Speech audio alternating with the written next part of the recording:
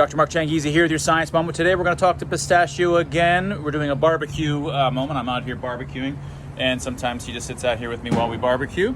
Last time, or recently, we talked to Pistachio about how you have an extra dimension above the 3 that we have. You have 4, and we have an extra dimension above that of other mammals, which just have grayscale and yellow-blue.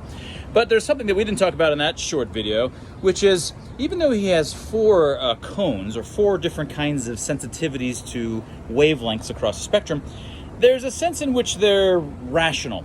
For example, if you take your camera has 3 different filters across the spectrum. They're uniformly distributed in a sensible way. So if you're going to have a spectrometer, or the ability to measure different kinds of wavelengths out in the world, well, you want it uniformly distributed. If you only have 3 spots, you'll just, sample 3 spots from the spectrum. Well, Pistachio here samples from 4 spots, and they're uniformly distributed across the spectrum. So that seems like a good general purpose way, right, Pistachio? What happened? It's a good general purpose way to sort of get access to various parts of the spectrum, to have sort of a generic good spectrometer, just to see different kinds of colors. But it doesn't sort of sound like it's for anything in particular.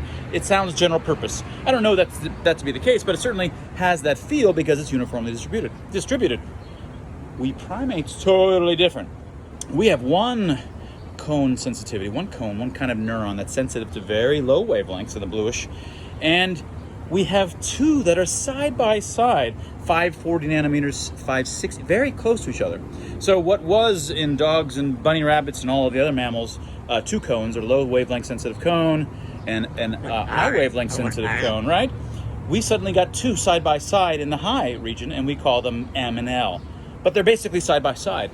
And that peculiarity is not what you'd want if you just want a generic, good ability to just sample colors across the spectrum because you just have a generic color vision system. Instead, it has exactly the peculiarity, which I've hinted at before a number of times, to see blood under the skin. So whereas we have color vision, which is really this extra dimension, is for seeing socio-emotional signals. It's about seeing other people and their emotions and their state. It's a social sense. It's entirely an empathy sense.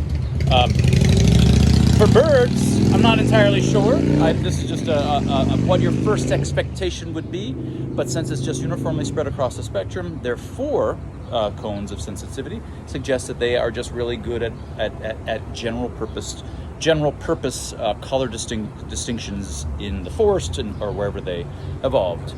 And that was your Science Moment.